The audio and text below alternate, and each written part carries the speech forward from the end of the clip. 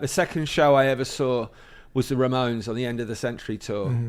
And I was really keen on them. I looked like a mini Ramone, you know what I mean? I had all that going on. And then I went to they came and played the local university in Norwich. Everything went dark, and then the backdrop rolled down. 1, 2, 3, 4. Hey, we're the Ramones. Bam. And at that point, I've never ever experienced anything like it in my life. And I know it's a cliche now, and everyone goes, "Oh, my life changed," and all the rest of it. But it suddenly opened my mind, and that overwhelming sense of electric power that came off the stage was just like nothing I'd ever, you know.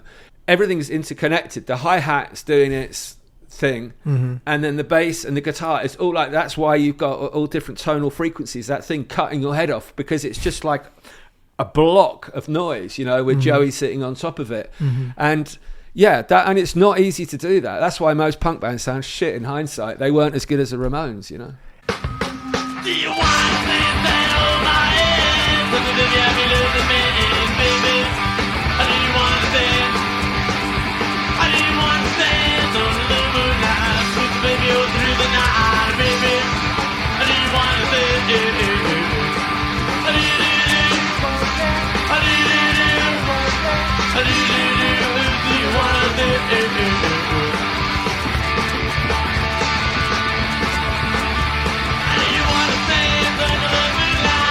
Through the night, baby, I do you want to dance? You want to dance under the moonlight, sweet baby, all through the night, baby. You want to dance? I do you want to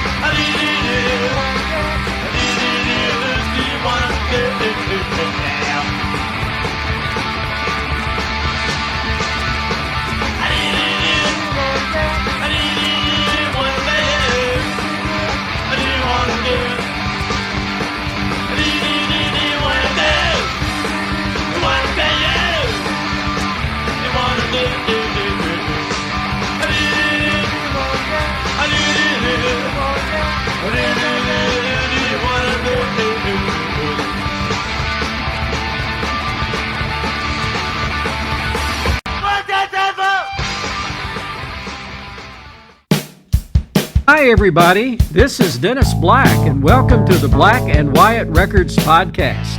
This week, host Mike McCarthy talks with musician and promoter Rupert Orton. Rupert's life and career revolve around live music.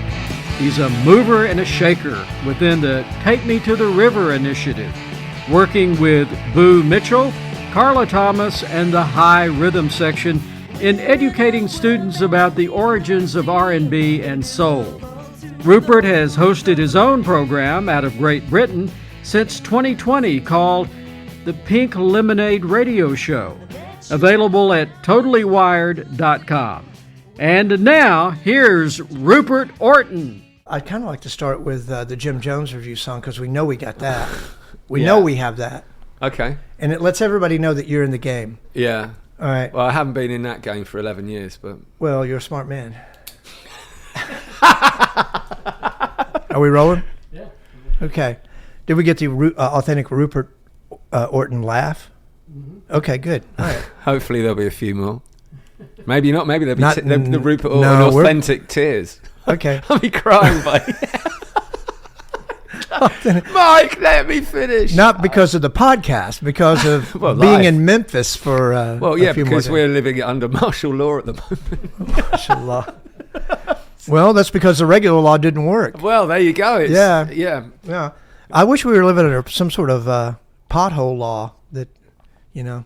Wait till those tanks hit the Memphis potholes and they'll be turned over. Well, that's it. Protesters won't have to do it. Yeah, exactly. But what would be a first good one to come in with? The first album, which is Hey, Hey, Hey, Hey, which is a Little Richard song. And the significance of that is that's the first song we ever played.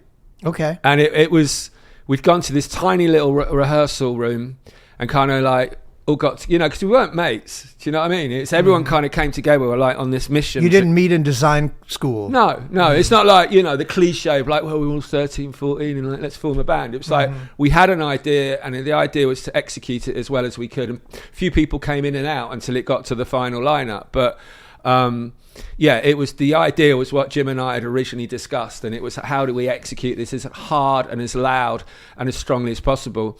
And and Jim was really good at finding songs that kind of summed that up, and one of them was this little known Little Richard song called Hey Hey Hey, which I think the Beatles had done a version of, but we just turbocharged it. I think about Kansas City. Hey, yeah. Hey. That's it. That's it. It's a medley between Kansas City and, but our one was just Hey Hey Hey. Didn't have any of that Kansas City bollocks. It was just like full on. Okay. But Jim had suggested we do this, so we all kind of learned it. And then we got in a rehearsal room, everyone's like looking at each other, and it's like 1, 2, 3, 4, and off we went. Yeah. And then by the end of it, we just knew we had it. Do you know what I mean? Not the song. I mean, we had what we needed to go through. We knew we had the essence of what that band was going to be about. And it's the only time I've ever experienced that, playing in bands. That from the very first time we played together, we knew we had something. Come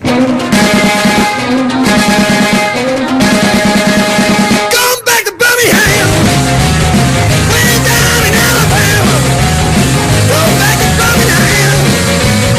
Way down in Alabama. Oh yeah. I see my old Aunt Mary and my good old Uncle Sam. Hey, hey, hey, hey. Hey, baby. Hey, child. Hey, child. Yeah, tell me, baby. What's gonna get wrong with you?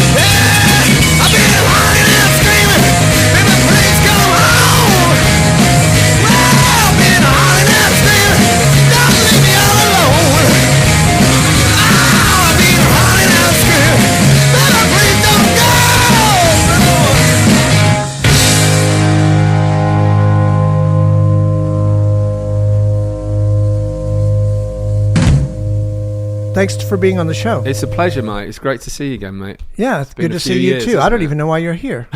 Nor do I. Actually, do you want to know why I'm here?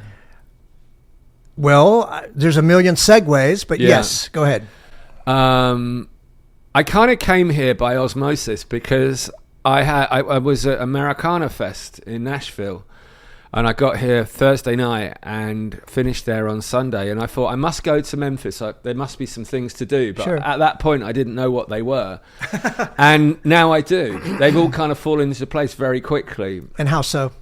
It's just the way things happened. You know what I mean? One of them is I work with this project called Take Me to the River, and they're involved in a celebration of B.B. King's centenary tomorrow at B.B. King's on Beale Street. So I'm going to that. So that in itself made sense to come here. But then I've got other bits and pieces that come, including what I'm doing right now, because I had no idea I'd be doing this, and here I am doing it. So, you know. Well, yes, I mean, we're talking about the here and now, so I can't even talk about what we just heard, which was a song by a band called the Jones Revue, Yeah. where you played guitar. Yeah. I just wanted to get that in there so that the people that are listening can know that you're mostly in music management and booking now, but you were once in a band, maybe more than one. I mean, it's a little bit more complicated than that, because I was doing what I'm doing now before the Jim Jones Revue. Ah, okay. And then the Jim Jones Revue was like a 10-year period of my life in between doing it and then coming back to it after it finished. So it all kind of fitted together, but it isn't like I did this immediately after the Jim Jones Revue. I was already doing it. When did you leave the review? I didn't leave it. The band just sort of naturally sort of finished in October 2014. And how long had you been with them? Well, I was a co-founder with Jim in 2006, I think. So, oh, wow. So whatever that is, 8 years or something. Right. So a good run. Yeah, longer than we thought it was going to be. I mean, I think when we originally started... I mean, the reason it's... If you want to talk about this in a little bit of detail, I used to work at a club called The Spits in Spitalfields Market in East London. And I was a promoter there. I used to put on shows and... there's quite a bit of a scene kind of built up around the nights I was putting on called Not Same Old Blues Crap, which I took the name from the Fat Possum sampler records because I thought it succinctly summed up how I felt about traditional blues. Like, I loved the real thing, but white guys playing trad blues and not adding anything to it didn't really do it for me. Anyway, and then I got to know Jim from him coming to my nights, but also I used to promote his old band Black Moses, and then that kind of ran out of steam. And of all things, we were at a launch party for a jazz festival, and we were just talking, and we were wondering, it's like, why aren't any bands playing proper rock and roll anymore? And by proper rock and roll, it's quite a unique feel of what that proper rock and roll meant. You know what I mean? It wasn't... And we happened to kind of sink in what we felt that thing was. And it could be the Ramones, it could be Little Richard, it could be the Birthday Party, it could be the Cramps, but it could be Johnny Thunders. But it's that kind of full-blown intensity, kind of abandon of your emotions, rock and roll. And like it was like a sort of a, metaphorical switch dropped at that point, and then it was like, let's put this together, and it's what happened. And like within a few... I mean, our first show was sold out, like pretty much from the get-go. It started to pick up a momentum, which was kind of amazing, really. Out of East London? Well, yeah, that's where the club was. But I mean, I think I was living in North London at the time. But anyway, it came out of London and it soon built up. And, then I was in a position a year or two down the line where the band was really busy, but I was also running my promotions business as well. And it was... I remember I'd been in Los Angeles on holiday, and I was coming back on the plane, and I just had too much stuff, and I thought, I've got to commit to one or the other. And so we had a meeting with the band, and I think this was 2009, late 2009. We were in a crappy wine bar in central London. Do you know what I mean? Like not a rock and roll place. You have the worst luck with I know. It's like me and the service industry have not connected in any shape or form. And I mean, I'm not going to go into details. We probably come to the green tea later and the hotels, but it's just a problem that's just perennial. Do you often not book somewhere because you know they have lousy service? Yeah. I'd like to put this shitty punk band into this place, but God, they're going to be treated horribly. But we'll come to that. We'll come to the service. I think it has come to that. Yeah, I know. I mean, we're going off on a service tangent a bit too early. But we had this meeting in this wine bar, and it was like, we've got the opportunity to go for this if we all commit to it, or we just do it as a bit of fun, as a bit of a hobby. And everyone was agreed we do it as like, and give it our kind of full blown commitment, which we all did. And we did. I put my promotions to one side. They all put their bits and pieces to one side, the other guys, and it blew up. Well, how many proper releases did you have? 3 albums. Three albums. Okay, Yeah. What were they called? The first one was self-titled. The second one was called Burning Your House Down. And the third one was called The Savage Heart. Okay, all right. So they're out there. You can find those things. Yeah. I think, they're all out there. But I think when the band finished, everything finished. So I think the vinyl copies, especially of the second one, are quite collectible now because you can't buy them commercially. But if we're going to play a Jim Jones Revue song, play a song called Princess and the Frog, which is off the first album. And I remember Jim came in with that pretty much fully formed, and we couldn't quite play it right. I don't know, there was something wasn't gelling on it. And then we came back to it again a couple of weeks later or a month later, and it just slammed. And it's just that feeling you get, like... And there was a lot of that with the Jim Jones Revue, where songs would just come together naturally, and you just knew they were hot straight away.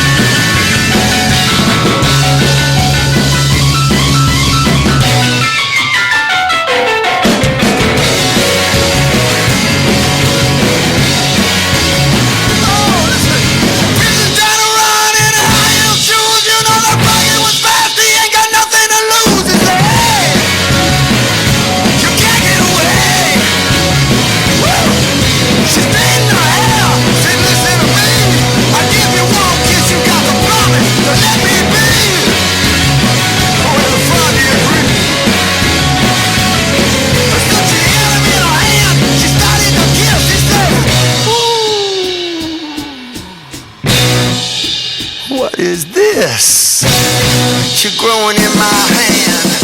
You're the man, now I understand. Oh, I like it. Come on. Just keep growing.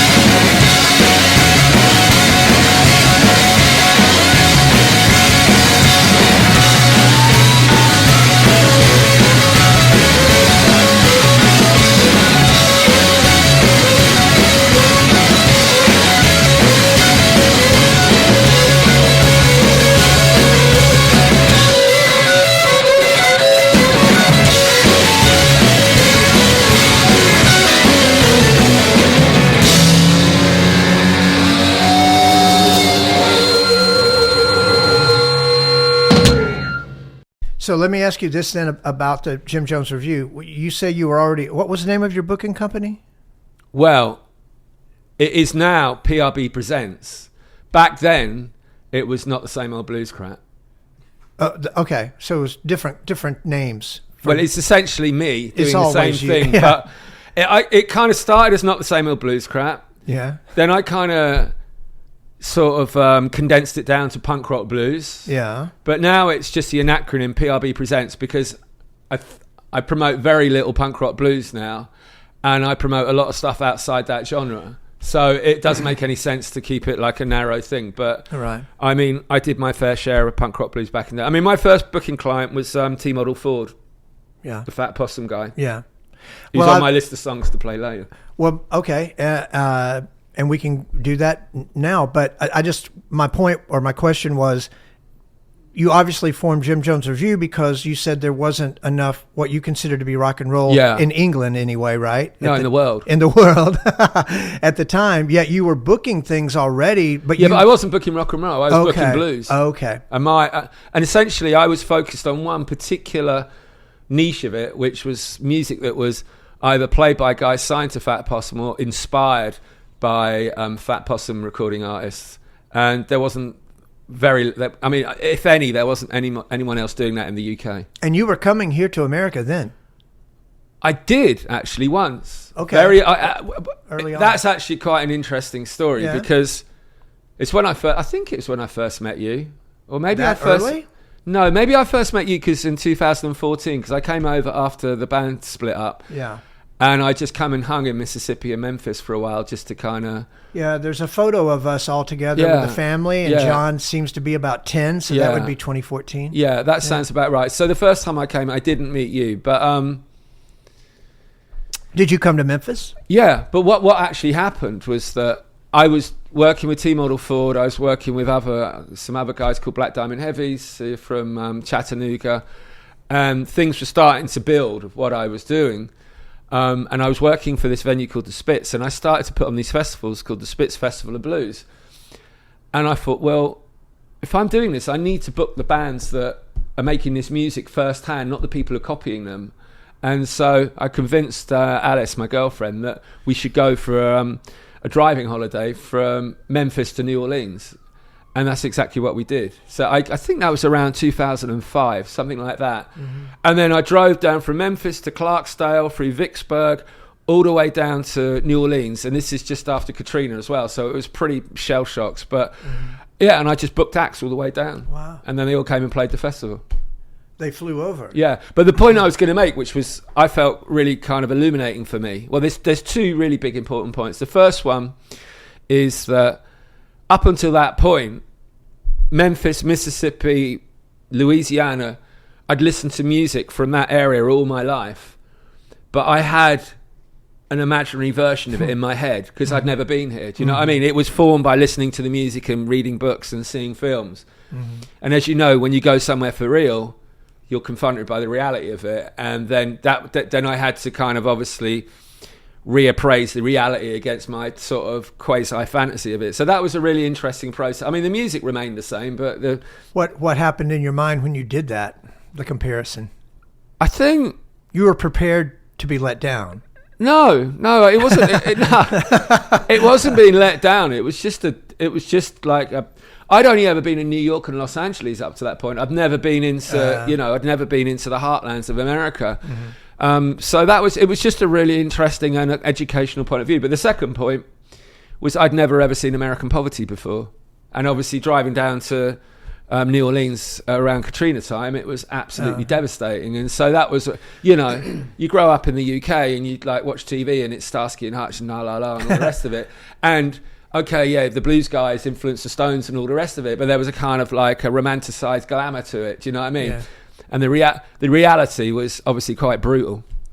Yeah, there's still oppression despite all the help from all corners. There's still oppression. Yeah. And because of oppression, something real comes out of it, but doesn't mean that that's good for all the people that suffer through it that aren't artists. Yeah. Artists seem to come out of it okay because they've found a way to cope with it. Yeah. No, absolutely. I agree. But that was my first experience, 2005, 2006, and then I've come regularly ever since. 2006. Okay. So what is that? That's nearly 20 years ago, isn't it? Yeah. Yeah. But you do come over here quite a bit. Yeah. And so how... Okay, so before we get into anything else, let's play a T-Model Ford song. Yeah, Nobody Gets Me Down. And in this track, I mean, I could tell you a short story about T-Model Ford, is that as I said before, I'd called my promotions Not the Same Old Blues Crap, because I just liked the immediacy and the sort of the succinctness to the statement, that you knew exactly what you were getting. And I was just booking friends of mine up until that point. I only did a few shows, but before I did it, I emailed Fat Possum and I said, I hope you don't mind, but I'd like to use this as the name of my club nights. And I think Bruce Watson emailed me back and said, yeah, sure, no worries, as long as you keep him within the spirit of what the label's about. And then a couple of weeks later, and like I'd literally just promoted things down a pub in Brixton called the Windmill. I wasn't thinking further ahead than another show, let alone doing something completely left field with it. And then he emailed me or called me and he said, oh, T-Model Ford's in London on this date and the show's fallen through. Do you want to do it? I was like, and I just immediately said yes. Wow. Without looking at it, I just said, yeah, I'm on. And so I put the phone down and I called up every venue that I thought might be interested in it. And then I found this venue called The Spitz, which I subsequently started working for, and they said, yeah, we're in for it. And we sold the show out, we got him on local radio. The show was a great success, and then suddenly it elevated what I was doing to this other kind of level that I hadn't expected to go to. And like within like 6 months or 9 months, I jacked in my normal job and I became a music promoter, and T-Model Ford was my first client. And this song I found quite inspirational. I mean, he's talking about being stabbed and beaten up and all the rest of it. I wasn't quite going through that, but it's like coming out on top. It's an early night. Yeah. It's coming out on top against adversity. And what's it called? Nobody Gets Me Down.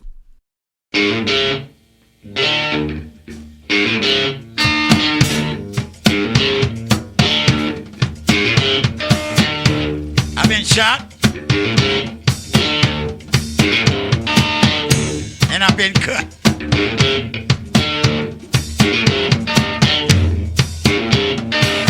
I've been shot. Nobody get me down. I've been stormed way down in the heart. Nobody get me down. Nobody get me down.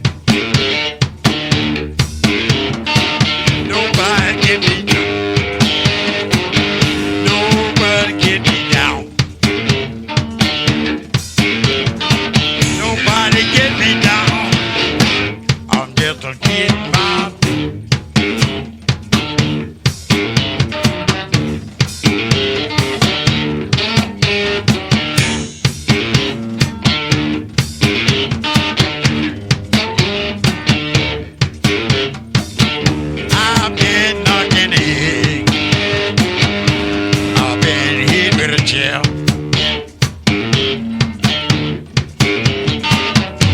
I've been hit it. I've been hit it. They thought they had me. I got on the glick side of the head.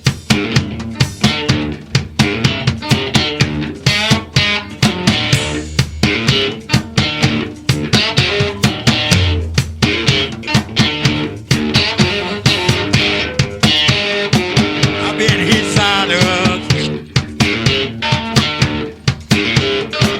Nobody get me down. I'm just all over.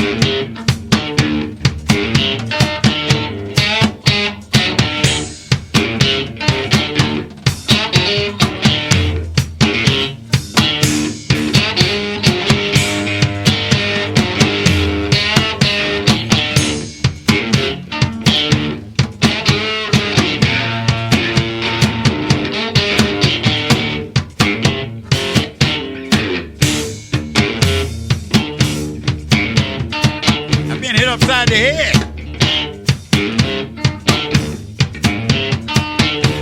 I've been hit side the head.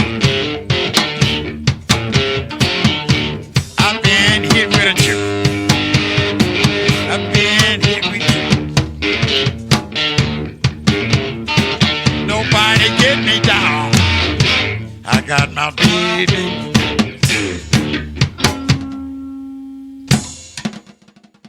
Enough tea. Yeah. No thanks to Memphis. No, you couldn't find it's any been, greens. well, and Nashville, it's been a struggle. I'm sorry, It's not your fault. You're not responsible. but you have some complaints.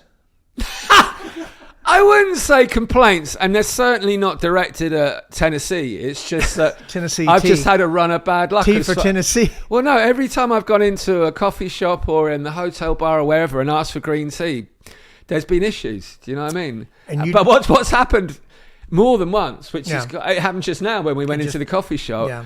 It's like, we don't have any green tea, but we've got this stuff. We don't know what it is. You're welcome to try it. So it's like Russian roulette of tea. I don't know what I've been drinking over the last few days. God knows what could happen. But are you drinking caffeine in the tea? Yeah, well, it's the jet lag. I mean, I got into Nashville Thursday night, so I just got to keep going. But you don't drink caffeine in coffee. No. So why not just get caffeine in your coffee and be awake for your jet lag? It triggers you? I don't know. I'm just more a tea person. Yeah. Well, you're English. I think. Well, it's not that. I think if I'm drinking green tea, then I got the added bonus of oxidants or whatever they're called. It's good for me. I'm glad we didn't have any accidents coming over here. Yeah. Yeah. I think Are the you only driving accident- on the wrong side of the road? Yeah, well, I mean, you get in a car with someone who's like, jet lagged from England, they're going to go on the wrong side of the road once in a while, aren't they? God, I'm like, you sure you don't want me? You sure you don't want me to drive? No, mate, I'm fine. I just need some green tea. Yeah, that I'm like, was I've never heard that before. I blame the Tennessee lack of green tea on my ability to work out which side of the road I could drive. Anyway, it was a momentary lapse of concentration. I wasn't driving up like the wrong side of the freeway or something. So earlier when we first started talking, you were saying about how you didn't plan anything. You just knew you were going to come here and things were going to happen. Well, I mean, I obviously make things happen when I'm here, but I didn't. It's like doing this show. It's like the BB King's thing. It's like going to Clarksdale on Wednesday. Stuff just starts happening, and I've always found, Memphis and Mississippi to be quite a magical place for that. Right. Okay. So, and I got to say, the cover of the Memphis Flyer this week this notes BB King's 100th birthday. Do you feel a vibe, or is there an authentic interest in Memphis for BB King's 100th? I've no idea. I guess you'll find out tomorrow. I'll find out tomorrow. I've absolutely no idea. Because you'll go to Beale Street, and what will happen? I don't know. I've never been to Beale Street out for a night before. No, I mean, obviously I know where it is and I've walked down it, but I've never been to one of those shows, so I'm quite curious to see what it's going to be like. One of the guys who's hosting it is Boo Mitchell, and I work with Boo. Would take me from Royal Studios. Well, then it'll be good then. And I work with Boo as part of Take Me to the River. Yeah. And obviously he's the musical director of the Memphis part of it. And we were in Nashville a few days ago as well. Right. I've asked Boo to come on, but I could have asked him to call in. That would have been the thing. That would have freaked me out. That would have freaked. Well, that's the whole idea of a call-in is to freak someone. You should have had someone call in on your Tav Falco interview. Well, yeah. That would have been weird. And we'll get to that. Yeah. So you're here. You told me you were coming in. You told Jack you were coming in. I guess you told Andrea. Yeah. So what all happened yesterday to you?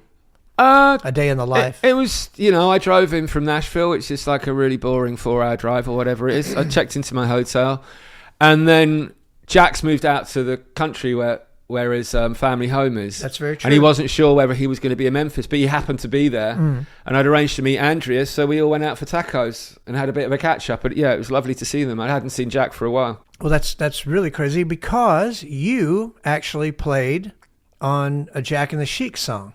Well, that was, Jack just reached out. This is years ago, actually. Everything is years ago. Yeah, it is when you get older, isn't it?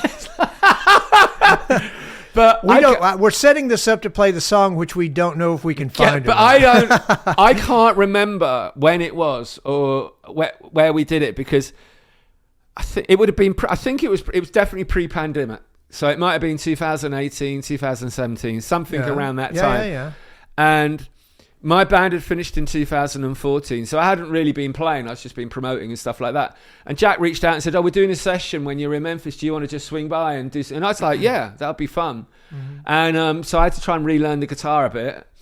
And we just did a whole day of playing with his boys. And then it was a single, and then it was released. But it was a single? Yeah. Or an EP. Oh, okay. I think there was 3 tracks on it, and I played on 2 of them, I believe. Who put the EP out? I don't know. Dennis, do you know? Does that ring a bell? Robert would probably know. And I wrote down the info here. I put down you wrote it down. No, it's Jacko and the Shieks. Every Little Thing Goes is the name of the EP, and the song's called Losers Take All. And also I did Wanted Dead or Alive. Okay? Yeah. So what you're saying, you played on that too? Yeah, there were 3 tracks, and I played on 2 of them. Oh, okay. So maybe. I'm reading this off Google.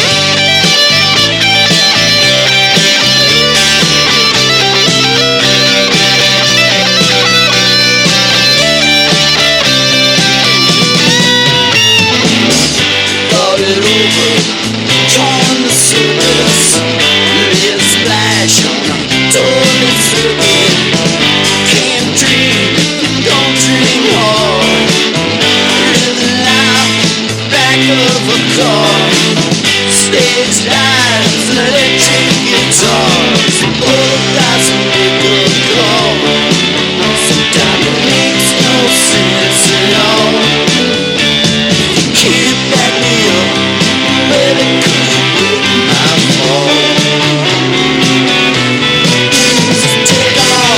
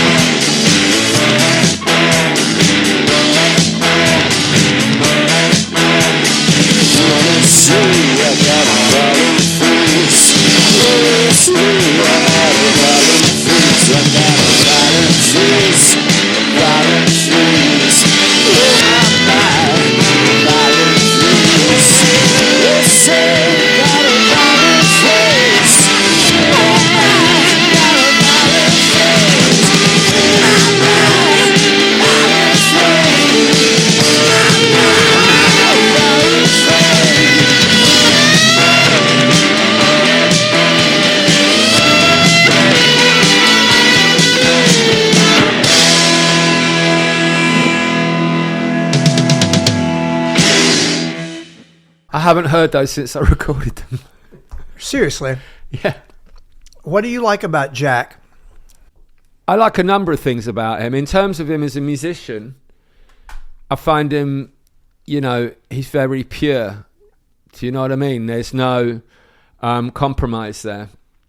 He just does what he does, and you like it or you don't like it, but it is what it is. So that's kind of very, that's very inspirational.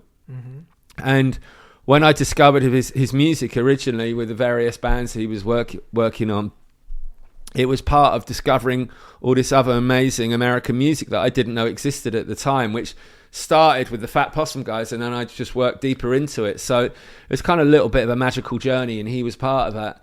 Then I met him and funnily enough, I met him when I came over here in 2014 because we were at Deep Blues Festival in Clarksdale, and he was playing there. I met him for a mutual friend, this guy called Harry Grafton, who I was there with. And he was like, yeah, nice to meet you. Do you want to step up and we'll just play?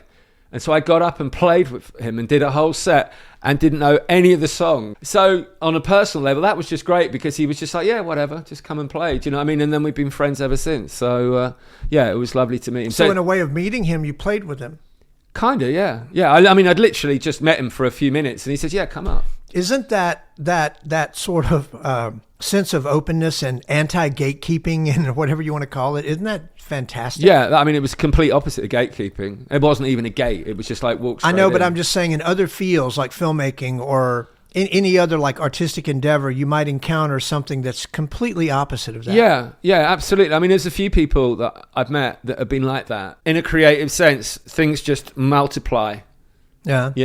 10x, 20x, so on, and it's really refreshing. So then, by the time that he did ask you to play with the Shieks on that EP, I'd known him a long time by then. Well, you'd already played on stage with him.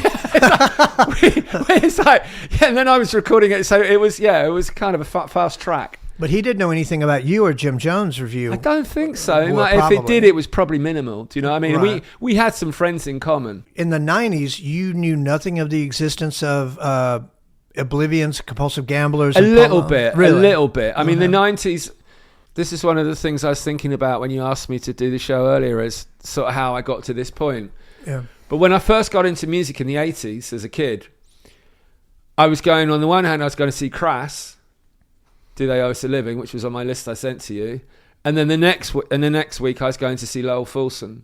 So I had this kind of sort of duality at the time of like, very, very hardcore punk rock and then very traditional blues, because at that point some of the original blues guys were still touring. And so I think I saw Lowell Fulson one week and then Mississippi Slim the next, like two incredible kind of players from back in the day. But at the same point I was going to these punk rock shows. What? So, how old were you? 15, 14, something like that. What year were you born? 64.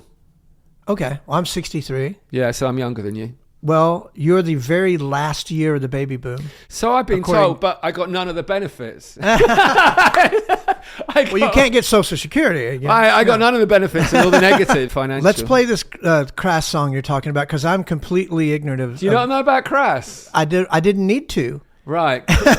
Well, Crass... Until now. I mean, just to set the scene, I wasn't a huge Crass fan, but at the time when this song was released, which I think was 78 or 79, Crass seemed to be the most hardcore rejection of the Clash and all the other punk bands they felt had sold out. When you say hardcore, I thought 80s, but you're talking late 70s. No, this isn't hardcore. If you listen, the sound's really interesting because you listen, it's quite tinny and unintentionally quite avant-garde. But they were all a lot of them are these old hippies that all lived in a kind of commune in this place called Dial House in Essex countryside, and they just created. They at that point they had this 12-inch single which had like 15 songs on it called "Feeding the 5,000," and it was like you could buy it for 50 pence or something.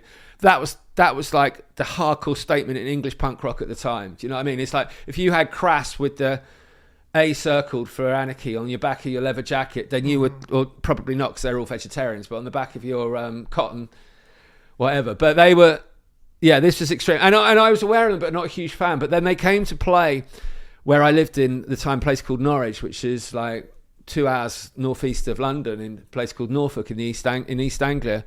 They came to play my local venue, and I just went out of curiosity, and it was one of the best shows I've ever seen in my life. It was amazing. Well, it's probably one of the first shows you've ever seen. No, I've been going to gigs I started going to shows in '79, so I'd been to I think this was like '81. So and how close was this to London? It's about 2 hours. Oh, so you were away from the hub of quite a bit. I was yeah. way out of all of that. Do you know what I mean? I assumed you were more metropolitan. No, I was born in London, but my parents moved up to this place called Norfolk when I was a kid. Do you know what I mean? When I was and so I grew up in this place. Whether called you Norwich. liked it or not. Yeah, but you just start absorbing what's going on at the time. And with me, it was partly punk rock, and it was partly blues. I'll come to the blues thing in a moment. Fuck the bleaching money, it's something I want to say. When I stand on nation, when I trust today, at school I give you shit, drop you in a pit. Try and get happy, can't be good, then bash your mouth. Then you're for example, of how I must obey. Listen to the sample, if that's how you end it. Do I owe, as I live it? Cause I do, oh, as I live it. Cause I do, oh, as I live it. Cause I fucking know that I won't anymore, for a blow. Used to call me sweet thing, all I put is blind thing. Now that I'm different, you left the best way. You left to see me come out, left to see me dead. Do I owe, as I live it? Cause I do, oh, as I live it. Cause I do, oh, as I live it. Cause I fucking know. Living out is on to me, I'm never gonna care. Back at this I won't until it's in there. Give it a part of me, something like that. I'm gonna bear me, if it is wrong. Do I owe, as I live it? Cause I do, oh, as I live it. Cause I do, oh, as I live it. Cause I fucking know. Don't take any notice what the public think.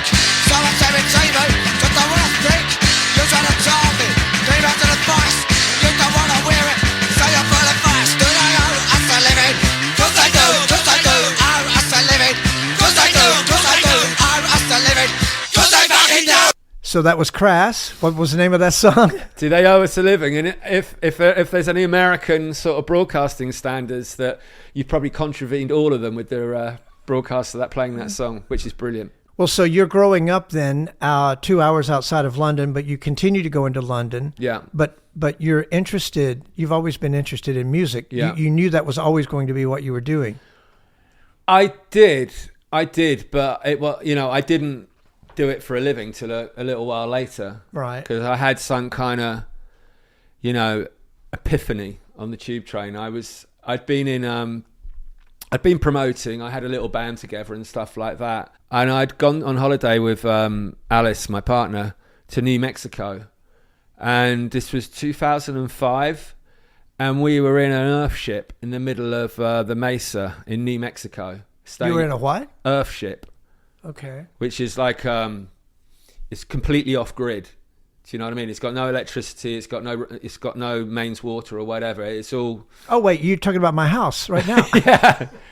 But this was like this little community on the outskirts of Taos in New Mexico, and when it happened, there was a big bombing attack on the London Underground system on the tubes, and lots of people were killed. And when I came back to London, there was a real sort of there was a real scary vibe, and everyone was very suspicious. And I remember, and it was very hot because it was July, and I remember being on the tube, just sitting there, and I just remember thinking, wow, it's like at any point someone could blow themselves up or something could happen, and something, and I wouldn't have done what I wanted to achieve in my life. And at that point, like a bolt just kind of came, it's like a lightning bolt metaphorically came down through the ground, through the top of the tube station train, and hit me on the head. And then I resigned from my job, and I got a job in a music venue, took like a pay cut of like 60%, no benefits, and yeah, it's been poverty ever since. How old were you then? I think I was 36 or 37. And at this point, I guess I'm going back to your family roots and interest in music. I don't know if your parents were musically inclined. No, they weren't. They weren't. No. Isn't that odd? I mean, I sometimes there's usually a connection there somehow. I mean, they weren't anti-music. No. But I mean, we were lucky in some ways. They'd like have the one Beatles album, which happened to be The one. like we're going to have a Beatles album, and it happened to be Revolver. Okay. So it was the one best of, one. one of the best ones. So because we'd always play that, and then you're hearing like I can't remember 12 songs on it or whatever, but you're hearing this amazing music as your first experience of like properly recorded and written music. So things like that were quite good, but they didn't have huge record collections that we dive into. We kind of made it up as we went along. And your parents were born in the 20s, probably? No, 30s. 30s? Okay. Yeah. My adopted parents were born in the 20s, and they didn't have there was no music at all at my house. The television, of course. And they went to see live music, but when I came along, they stopped, or they just didn't do that. But what about that thing? I always tell people about that picture in your kitchen of Elvis, where you've got two sets of parents in different parts of my mother's in the front row, and my adopted parents, fate would have them in the back row. Yeah. Yeah. I tell you that story, to go back to what I was talking about, like the reappraisal of the reality of coming here for the first time, was like realizing that people had real lives that were connected to Elvis playing in the fairground or Tupelo, wherever it was, that these were, it actually happened in real lives, as opposed to this fantasy kind of, imaginary thing. That's why I enjoyed the Mark Lewisham book on the Beatles, or the only one that's been allowed to come out. Tune in, because I think it does allow that to happen, which is, you still want your mythology in place of what you think something was, because that's sacred, but you also, as an adult, or you want something new to come along, especially if you're 40, 50, 60 years old, you want to know something else about them. You want to know something that strengthens the mythology. Yeah. And usually that's reality. Yeah.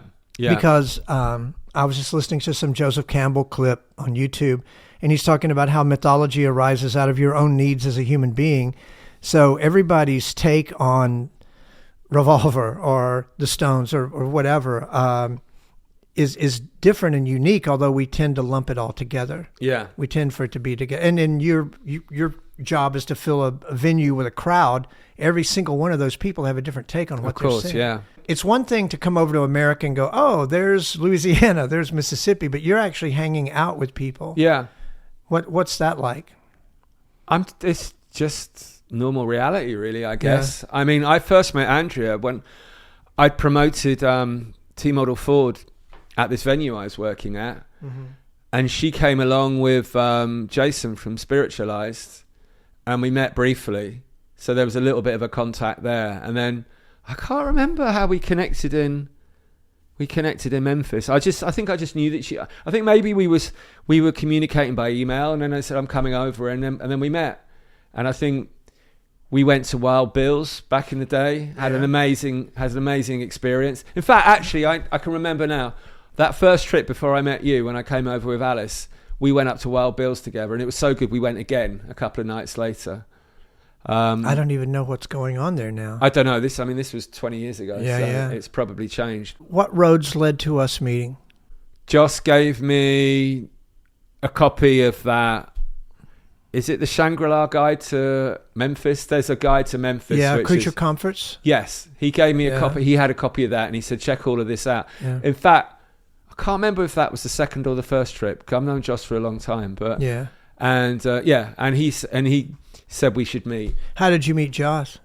Just putting on shows. He used to do DJing at some of my shows, and so we just connected for a mutual. So you didn't know each other when you were teens? No. Teenagers? No, not at all. How old were you when you did your first band?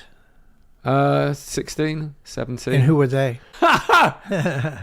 Well, we're not going to cut to one of those songs, are we? You can't do it because it's virtually impossible to find any records of them. But there's a punk band in Norwich called The Pits. And funnily enough, they released a song on this compilation called Bullshit Detector, Volume 2, I think it was. They're not here right now. 3 volumes, but you can't find it. It's virtually impossible. But that was released by Crass. Okay. So Crass used to do these compilations where people would send in their demo tapes, and they just packaged them up and put them out. And that was before I joined the band when that came out. But they asked me to be in it because they knew I was a guitarist, or I could play guitar. And I did my first show. I can't remember the date or the year of it, but we were supporting the punk band Chelsea. So that's the first gig I ever played, was with Chelsea. Chelsea was the original band that Billy Idol and Tony James were in before they formed Generation X. Because they then left and then created Generation X. And Billy was the guitarist in Chelsea, and then he became the singer in Generation X. And what year is this? 77. So you're really taking advantage of the punk explosion as it happened in real time. Well, I mean, I was too young at that point. I mean, Right. I just know in retrospect that that's what happened. But Well, when you were 12 in 1977, you knew punk was happening? yeah, it was the dominant, exciting thing. And for me personally, I've been like interested a little bit in glam rock. You know, a bit of what was I saw on the local. Really? You Yeah, were I so mean, like young. when I was a kid. Yeah, when I was really, but it was so dominant in the UK at that time. I certainly wasn't into traditional rock music like Led Zeppelin or the Stones or anything at that point. Right. It wasn't of interest. But then when I guess punk came along, it was like a condensed version of glam with a lot more aggression, and that kind of attracted me to it. And then I sort of just dug deeper into it. To your childhood, Bowie sort of came off like the Beatles, I guess, on the tube, right? Yeah. I mean, You were watching Old Grey Whistle Test and no, more like Top of the Pops. Top of the I was Pops. too young to watch Old Grey Whistle Oh, Test. really? No, I mean, because it was, that was more prog rock and things like that, even though Bowie was on it. Do you know what I mean? Roxy Music I and wasn't things really like aware that. of it. Yeah. I remember watching Roxy Music early on and being quite intrigued by it, more than I was by Bowie for some reason. I don't know why. Obviously, in time, you come to appreciate all this, that Bowie is like an amazing talent, and the way he reinvented himself and all the rest of it. But I was just a kid. It wasn't like something I was digging into that deeply. But punk rock made a definite connection to me. you were knowledgeable about all that stuff before you even knew who Elvis was, probably. No, I knew who Elvis was. So that was always... Well, yeah, but the interesting thing about that point was that Elvis was obviously a big figure in the 70s, a cultural figure in the 70s. But I couldn't connect with the Elvis that I saw at the time in the mid-70s to the person I'd look at and read about from the late 50s. They seemed like so disconnected in the amount of time between the two as a young person, that how could this be the same person? Mm-hmm. And then when he died in 77, I was aware of that. And it didn't come as a shock, because he looked like he was quite ill. Mm-hmm. It is weird from the period of time from the 50s, 60s, and 70s, which from 35 to 77, everything that America does is golden. It's soft culture. It impacts the entire world, even the East, to whatever degree it was allowed in. But the West wins by having rock and roll. We know it's wrong now to think that rock and roll can change the world, because it kind of already did, but yet there's this need to still have or want rock and roll. I'd had real life experiences of what it could be. Like the second show I ever saw was the Ramones on the End of the Century tour. Mm-hmm. And I was really keen on them. I looked like a mini Ramones. You know what I mean? I had all that going on. And then I went they came and played the local university in Norwich. And I'm sure you saw the same tour, but everything went dark, and then the backdrop rolled down, 1, 2, 3, 4, hey, we're the Ramones, bam. And at that point, I've never ever experienced anything like it in my life. And I know it's a cliche now, and everyone goes, oh, my life changed, and all the rest of it, but it suddenly opened my mind. And that overwhelming sense of electric power that came off the stage was just like nothing I'd ever, experienced. Wait, so this is 79? This was early 80. Early, okay, more Because like the album was released in 79. rock and roll high school era. Yeah, no, this is End of the Century, so it was the album after that, I think. But it's Phil Spector. Yeah, the one where they played the... You want to play a Ramones song? Yeah, play Rockaway Beach. Let's do it. 1, 2, 3, 4.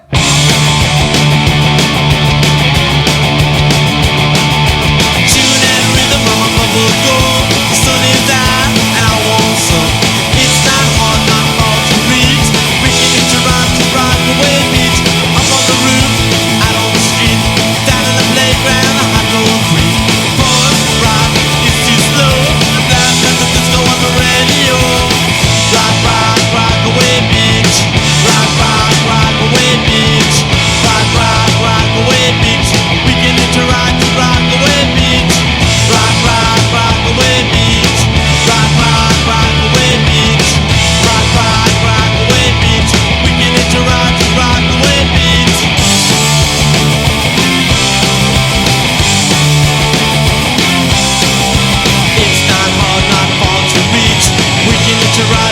Rockaway Beach. It's not hard to reach. We can hitch a ride to Rockaway Beach. Tune in the rhythm of a bubble go. The sun is out and I want some. It's not hard to reach. We can hitch a ride to Rockaway Beach. Up on the roof, out on the street, down in the playground, the hot concrete.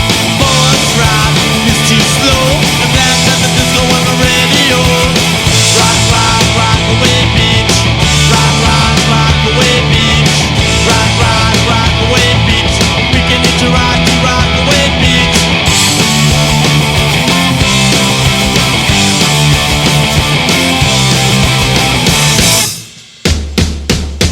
Rock, rock, Rockaway Beach. Rock, rock, Rockaway Beach. Rock, rock, Rockaway Beach. We can hitch a ride to Rockaway Beach. Rock, rock, Rockaway Beach. Rock, rock, Rockaway Beach. Rock, rock, Rockaway Beach. We can hitch a ride to Rockaway Beach. I mean, one of the best records I heard at the time is "It's Alive" by the Ramones, and the whole energy and the sound of that record, you know, I was just completely obsessed with, and I've actually learned in hindsight that it's actually quite hard to be able to make a band sound that good. You know, everyone goes, "Oh, they're a joke band. They're like, you know, it's all like da-da-da-da." But it's to play like that is, you know, to have that power and that excitement, and to go back to what we were talking about originally. One of the things I mentioned when I was discussing with Jim was to have that effect when we play, when the Jim Jones Revue plays. To be that single-minded. Yeah, like, that sort of like, you go on and you just like... And the Ramones are incredibly single-minded. And when you saw them, they are blasting an American fucking message into your brain. I mean, even beyond America, just New York, really. Yeah. Americana message of limited intellect even. But it's so powerful and single-minded that it comes across as avant-garde, maybe? I mean, you know, I don't want to get too down the sort of like rabbit hole of like guitar nerdery, but one of the things I used to do, I mean, like playing in the Jim Jones Revue was a very physical experience. You had to be at the top of your game physically to do it. You couldn't busk it. You went in there and you had to commit it to it fully. So before we did a tour, and we toured hard most of the time, you know, I'd go into sort of training in inverted commas to get myself like physically fit, but also so I could, my playing was fit enough to be able to, my playing was... You mean your diet, your sleeping? No, I mean, yeah, just partly that, just the ability to play like I needed to play to be able to play that kind of music needed a certain kind of single-minded. And I'd play Ramones songs to warm up. Downstrokes. Yeah, all downstrokes. Mm-hmm. And then the thing which was beautiful about the Ramones, everything's interconnected. The hi-hat's doing its thing, and then the bass and the guitar is all like, that's why you've got all different tonal frequencies, that thing cutting your head off, because it's just like a block of noise, you know, with Joey sitting on top of it. And yeah, and it's not easy to do that. That's why most punk bands sound shit in hindsight. They weren't as good as the Ramones, you know. And the Ramones knew that. I think Johnny did, didn't he? Well, yeah. I mean, all these people wanted to give their, you know, thanks to the Ramones and somehow connect with them. And I know it was awkward for the Ramones because they were so judgmental, as they should have been, probably. Well, I mean, yeah. I mean, you know, those first 3 or 4 albums are just amazing. What year did you see the Ramones? 80. In 80, okay. But I didn't get to see them till long, long after. Really? That's interesting. No. But to go, you know, there's a kind of duality that's happening here, because at the same time I'm starting to hear blues music, and I was naturally inquisitive to sort of listen to the punk rock of the Clash and the Pistols, and then I started listening to MC5 and the Stooges and working back. But then I started to dig into, you know, the early rock and roll, like, you know, obviously Elvis and Chuck Berry and Little Richard, but then I'm going into the blues stuff. So I kind of fairly quickly had an understanding of where this music originally came from. But like I said earlier, some of the original blues guys were still playing, and had an opportunity to see them. And what happened around this time, which was really interesting, which we talked about a little bit earlier before we got here, was that I had a friend who shared the same interests as me, and we liked the Cramps. We were reading the Legion of the Damned, which Lindsay was doing, they'd have these recommendations of what you should check out if you like the Cramps. And one of it was Panther Burns, and one of them was the Gun Club. And so we'd buy these records, and I think we bought them on import because we were so desperate to hear them. And then, so especially with the Fire of Love by the Gun Club, there was all these cover versions of old blues songs that we were unaware of, and we were just like, it was done in such a way that it was evocative of the original songs, but it was done in a punk rock way. So it wasn't strictly punk blues, but it was very beguiling, and it was very attractive to listen to. And we had a friend of ours who had his father was one of the old blues guys from the 60s, and we used to call him the Professor because his name was Roger Greenwood. He had a completely encyclopedic record collection of all the original blues players. So we would then get him to do tapes for us of Lightning Hopkins and Robert Johnson and all of these people. So this blues thing is going on at the same time as all the punk rock. So I'm seeing punk rock bands, but I'm also digging further into the blues. And that came primarily from the Cramps to the Gun Club through to this guy who was making these tapes for us. So that all of this thing was going on. Cassette tapes. Yeah, exactly. Cassette tapes. So I don't know where they are now, but I had lots and lots of them where we just listened to this original blues music.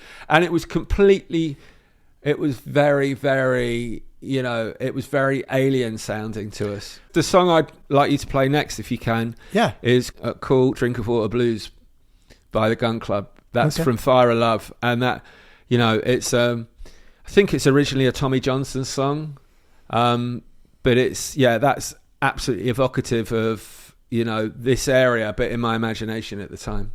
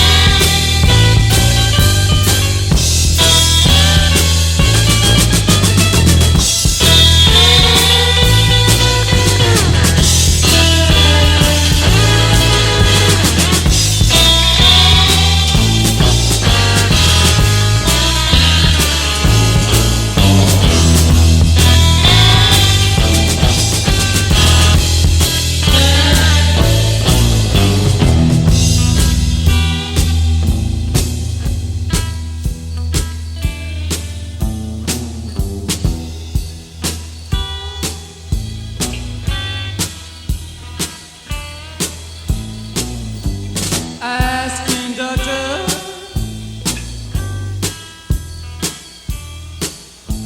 can I ride the blind?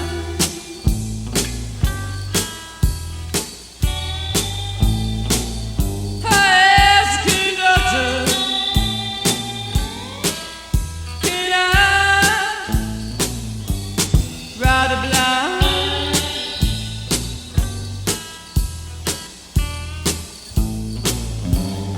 Son, buy your ticket. Train ain't none of mine.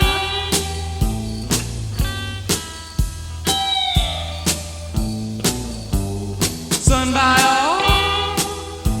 your ticket. Train ain't none of mine.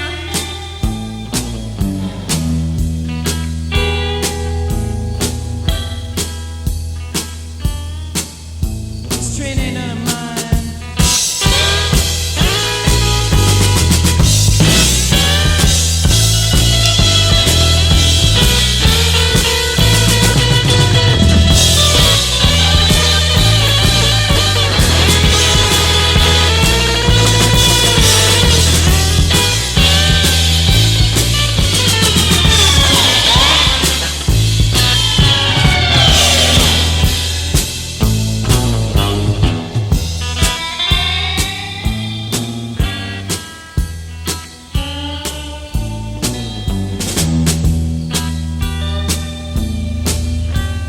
Lord, I went to the church house just in white.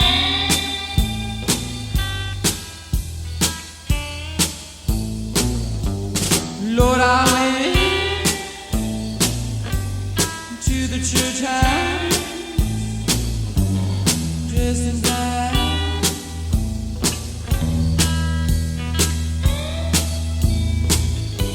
Care what you say, care what you say, coming back.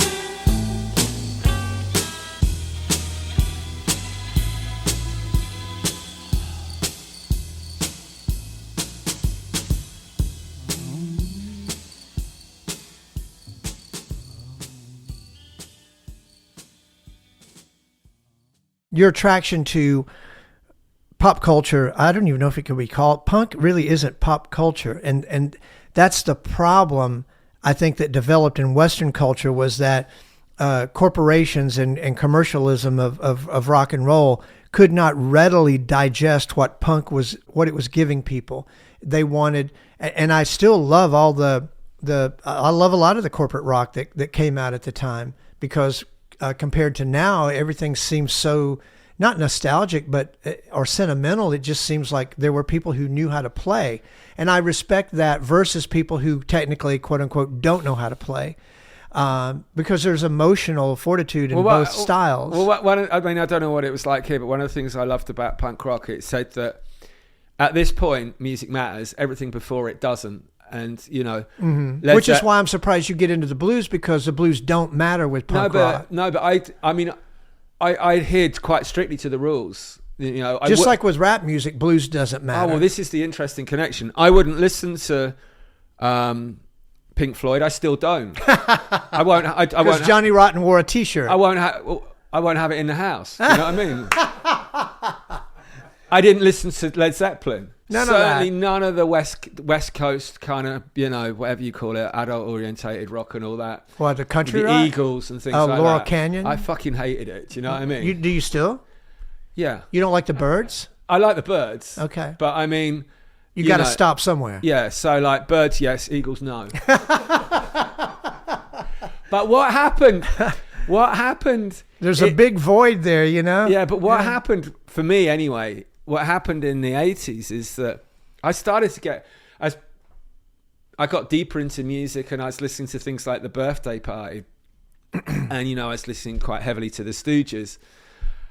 The indie music of the day, and by indie music I mean inverted commas, like indie as a sort of like a genre of music. Like Elvis Costello? No, I'm talking about after. I'm talking like the Smiths and things like that. Yeah. I didn't really. I mean, I got the Smiths a lot later, but I didn't get them when during the time they come, but not necessarily them, but the other bands around at the time.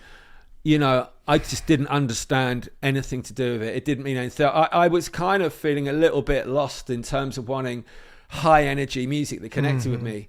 And eventually, and funnily enough, you're probably aware of it. There was a disc jockey in the UK called John Peel, who used to have these shows in the evening, and he'd play this huge different selection of different kinds of music, but he was one of the champions of punk earlier on.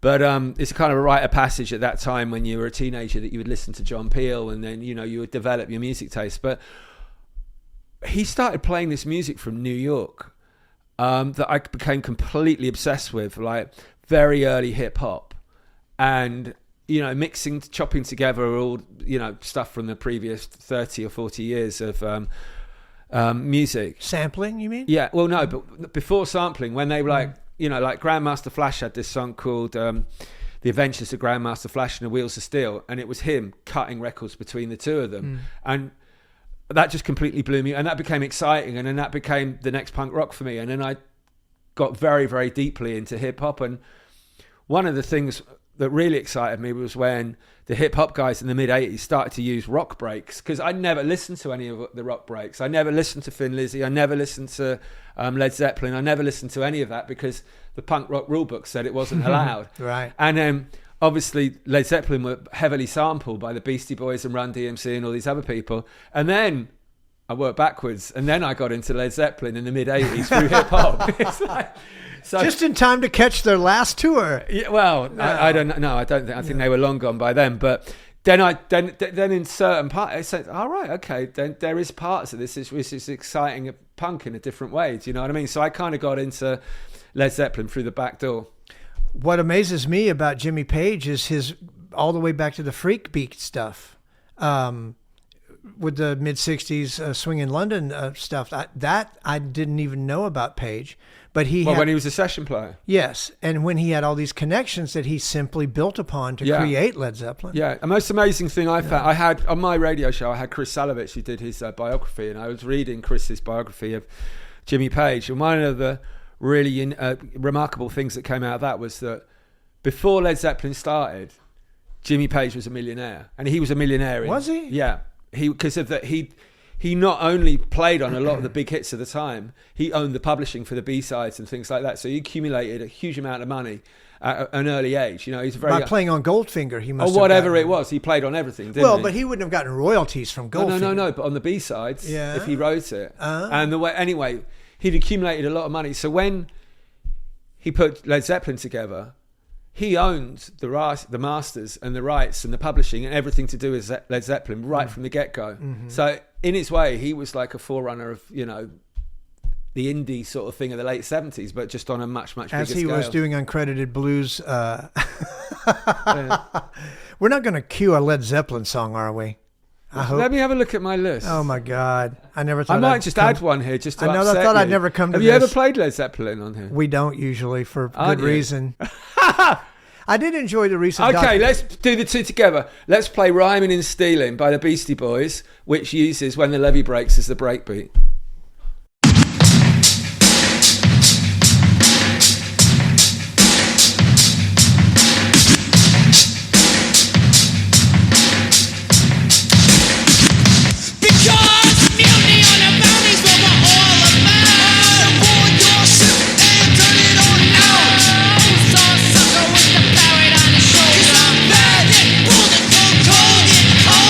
Terrorized suckers on the 7th sea.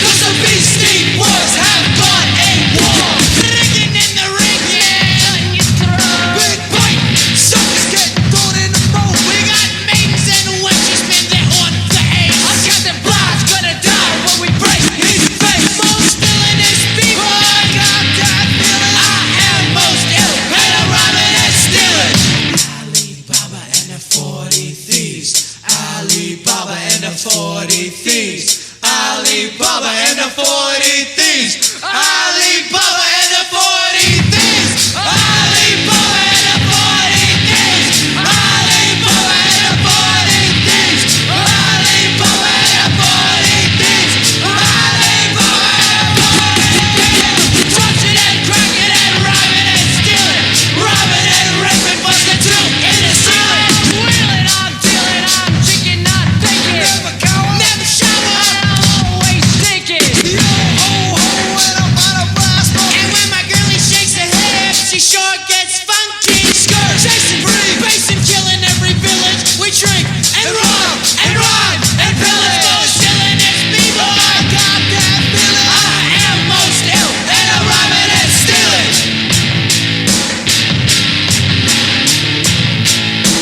I've been thinking my mama deaf son of a gun. Above the law. And I'm cold one. Black beans, weed, Moby Dick's on the chair. 'Cause I pull out the jammy and I squeeze off 6 pistols. Loaded. I shot. Betty Crocker. Deliver Colonel Sanders down to Davy Jones and locker. Rhyming and stealing in the drunken state. And I'll be rocking my rides all the way to hell straight. Most stealing is people. I got that feeling. And I am most ill and I'm rhyming and stealing. Most stealing is people. I got that feeling. I am most ill and I'm rhyming and stealing. Most stealing is people. I got that feeling. 'Cause I am most ill and I'm rhyming and stealing. Most stealing is people. I got that feeling. I am most ill and I'm rhyming and stealing. Most chilling is people. I am most ill and I'm rhyming and stealing. Most killing is people. I am most chill and I'm rhyming and stealing. Most dusting out people. I'm touching my dust. Most thinking is people. I'm doing that thinking. Most rhyming is people. I'm stretching my chain. Most shooting is people. I think you're shit. Most rhyming is people. I see your shit. Most taxing is people. I tax you, boy. Most illin is stealing is people. Taxing all your squares. Yeah. I don't know what the hell just happened. That's what happens when you don't give an Englishman his tea, proper tea. Well, I've had a lot of tea. I just don't know what kind of tea it is. Isn't it? He said something about his tea was gunpowder tea. I mean, what, Guy Fawkes tea? Gunpowder. He did say gunpowder. He did say gunpowder. And then Eric Oblivion was in there, and it all Right. got really confusing. You just met Eric Oblivion for the first time. I know. Well, I'm like being given gunpowder tea and meeting Eric Oblivion in the coffee shop. It's all getting too confusing. Right. This may be too abstract, and we can move on. I grew up out on a gravel road, and I could only find like certain kinds of rock and roll in Walmart and certain mass, shops. When I met George, even then we could go to these record stores and malls, and in the import section, you would find the Ramones. The ironicness of finding an American band in an import section because they didn't know how else to label it. That's when you knew that corporations were taking over, and we were completely lost. If you're completely lost in the late 70s, not knowing how to label your own rock and roll, is it any wonder we're completely lost as a country now? Well, I think what you're talking about is the beginning of the commodification of consumerism. It's the commodification of America of as everything. a concept. And that is why I've been having problems in hotels as well as tea. Do you know what I mean? Well, we had a tea party once, I suppose. I don't know about that. I don't know I still don't understand what that was about. But I mean, taxation. That commodification is like you redevelop an old warehouse building from the industrial age as a kind of sort of hip happening place, but nothing works in there. Do you know what I mean? No bathroom.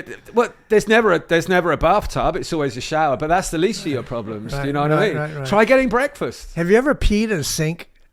No. What kind of? I guess you question is never that? went to Amsterdam then. All right. All right. Never. We'll leave that there.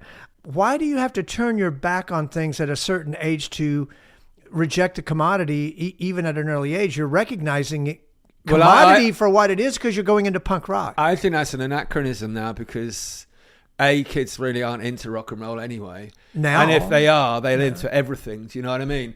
We're just like, that was just how it was at the time. Thanks to the internet now. That Stalinist revision of whatever. But I mean, I was never into those long hair bands to start off with. So I never had that issue. I just got into punk rock because it excited me. But I think of rock and roll as Southern rock because rock and roll was created in the South. Yeah. So all rock and roll originally is Southern rock by default. Yeah. And also, let me throw this at you, Mr. Rupert Orton. Rock and roll is progressive. It defies genre. When rock and roll is dead, everything drifts back into it's rap, it's country, it's whatever the hell you call it. Rock and roll is a sign of progression because it unites country, blues, pop, soul, gospel. It unites a whole bunch of things and adds distortion to it. And it moves forward like capitalism, like America moves forward. And when it dies, America dies. That's my handy we're dying, theory. aren't we? Because it's on its way out. It's been dead. But it's good that even in England, you said, hey, we don't have any rock and roll. When really, that's what we should be saying in America. But you're saying it in England. Well, we said that in 2005. So that was 20 years ago. I know. And then what we were doing finished 8 years later or whatever. So I don't really know where things are now. Well, I heard this interview on NPR of all places, interview with Alice Cooper, and he said he'd gotten into a disagreement or friendly argument with Gene Simmons about Gene was angry because rock and roll was quote unquote dead, and Alice Cooper said it's not dead, it's just not commercial. It's still happening in garages. It's still happening, but it seems like if it were happening as a roots movement, it would still come forth in the commercial world, but it's not. I just don't think kids are interested in it. Right. Because it did what it was supposed to do. I think rock and roll works best when it's played by teenagers or people in their early 20s at the very latest. That's when it really, really works. Right. And they understand it. Right. And it kind of got less of appeal when it's played by people in their 60s, So when you were in Jim Jones Revue, how old were you? Late 30s. So we were in the Last Chance Saloon. Right. All right. So when you traveled to America and you said you hit up Clarksdale. Yeah. Were you familiar with Rosedale? No. So I spent some time in Rosedale over the last couple of years. Rosedale is the only song that Robert Johnson actually mentions in a song. He never mentions Clarksdale. He talks about being on a ride with a rider who's going to Rosedale. And a friend of mine opened a restaurant, wanted it to be a juke joint in sort of the way that a white guy opens a business in a black community and hopes that it'll catch on. And this maybe goes back to the disinterest in the community of not wanting to have any affiliation with Satan because they're Christians and conservative, in this country, and especially in a place like that. And so what led to me painting 12 murals on the wall depicting Robert Johnson in Rosedale, discovering a deal with the devil and what have you, the hellhounds and all that, the building eventually got burned to the ground mysteriously. Right. So I'm just saying the next time you go to Clarksdale, you should go a little further down, cut over to the river, and go to Rosedale. Well, I'm going on Wednesday, so I'll maybe check it out. But did you know, I don't know if you listened to my interview with Tav, he came to Memphis because he had to flee Dallas because he was in a satanic cult. That's called the Dallas Police Department. Do you know what they did to Kennedy, by any chance? That's the same satanic cult that Tav encountered. I'm pretty sure. I listened to Tav. No, I did listen to your entire au revoir today. And I was actually, anytime I listen to, you call it a radio show? It's not a podcast? No, it's broadcast on a radio station. Seriously? Called Totally Wired Radio. Yeah, that's why I can play music on it. Did you hear that, Dennis? Well, we play music here. It's a podcast. What's the difference? In the UK, they have this thing called PRS, which is if you play music on a broadcasted show, then you have to pay PRS.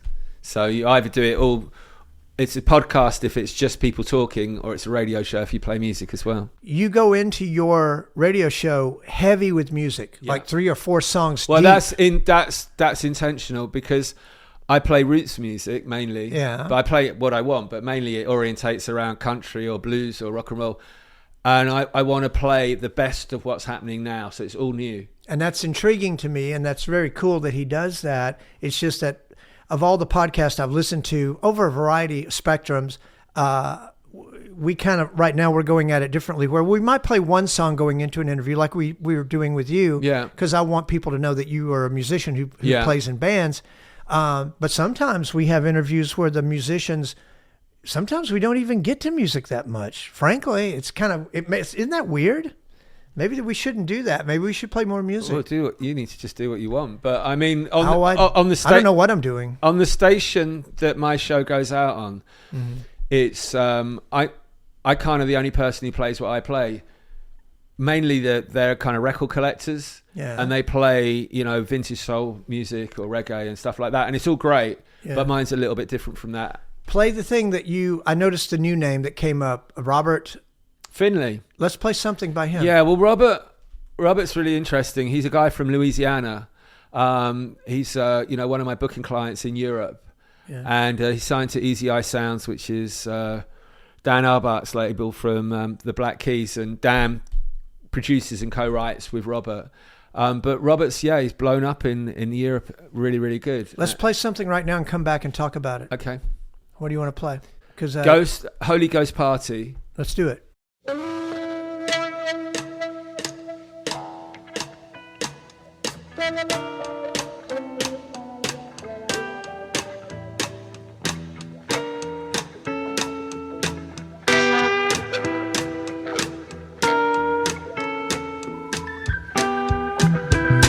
Having a good time.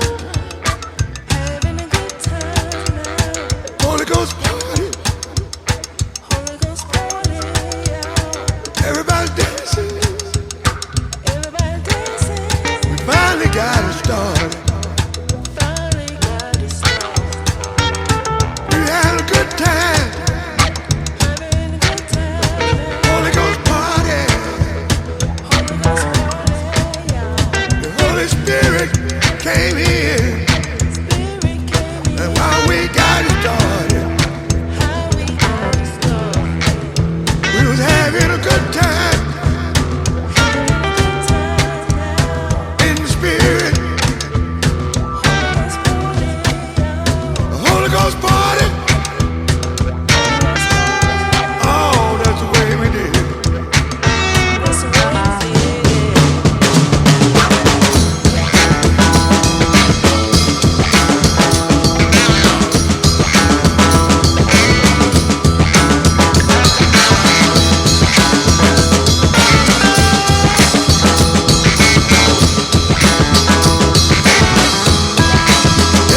in the Spirit.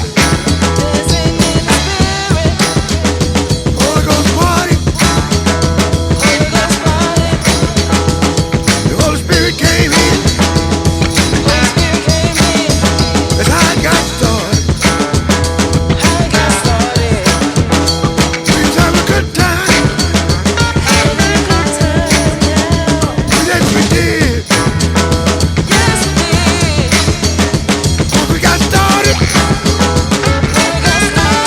y'all, it was hard to quit.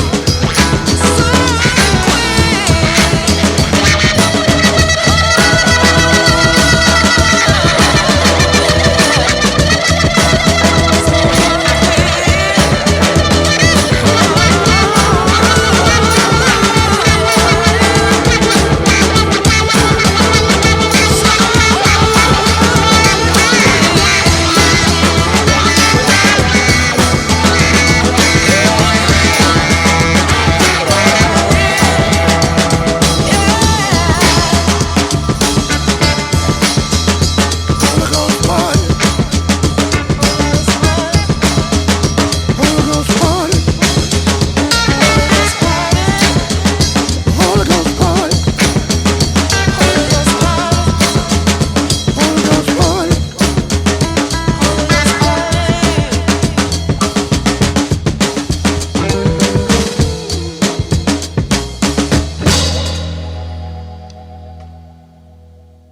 What did we just listen to? We listened to Robert Finley, Holy Ghost Party, which has just been released, and he's got a new record coming out in a couple of weeks. And he's a really interesting guy, actually. He's in his early 70s and plays with a young UK-based band when he's over in Europe.